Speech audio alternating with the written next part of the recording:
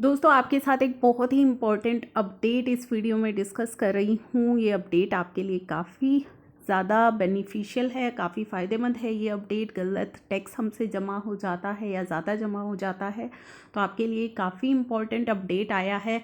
ये अपडेट जो है इशू किया गया है 20 अप्रैल को। आप देख सकते हैं 20 अप्रैल को ये अपडेट इशू किया गया है और इस अपडेट में क्या चीज़ें लिखी गई हैं उन्हें जानने के लिए एंड तक इस वीडियो को ज़रूर देखिएगा, बहुत ही इम्पॉर्टेंट है।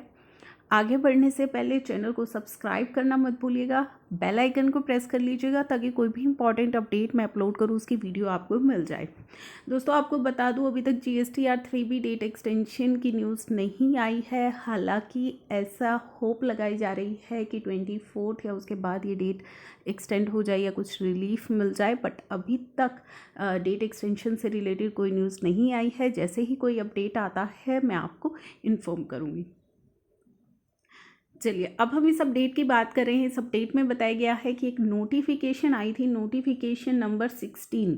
नोटिफिकेशन नंबर 16 आई थी 23 मार्च को, जिसमें कि रूल 86 के अंदर एक सब रूल 4A इंसर्ट किया गया था एंड पैराग्राफ 4 ऑफ सर्कुलर, जो कि 31 मार्च 2020 को एक सर्कुलर आया था जिसमें प्रोसीजर बताया गया था for refund paid on tax on supply. Tax अगर आपने पे किया उसके रिफंड से related other than zero rated supply was provided. तो प्रोसीजर जो है उसमें बताया गया था as per rule 4A of rule 86G and paragraph 4 of circular, एक tax payer is entitled to refund of tax wrongly paid.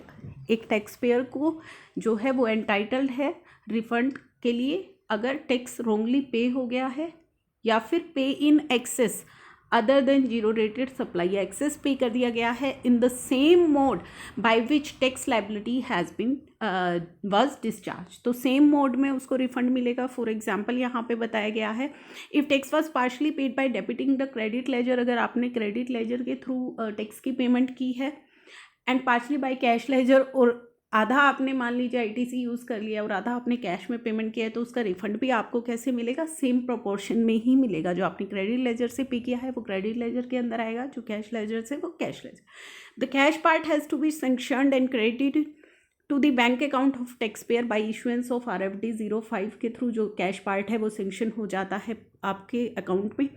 और जो क्रेडिट पार्ट है शुड बी रिक्रेडिटेड, वो कैसे रिक्रेडिट होना है? To the electronic credit ledger through PMT 03 के through. तो अभी क्या हो रहा था, PMT 0 functionality available at present in the online refund module में, वो जो PMT 03 की जो फंक्शनैलिटी है वो अवेलेबल है only for recrediting of rejected amount that has been debited at the time of filing of refund.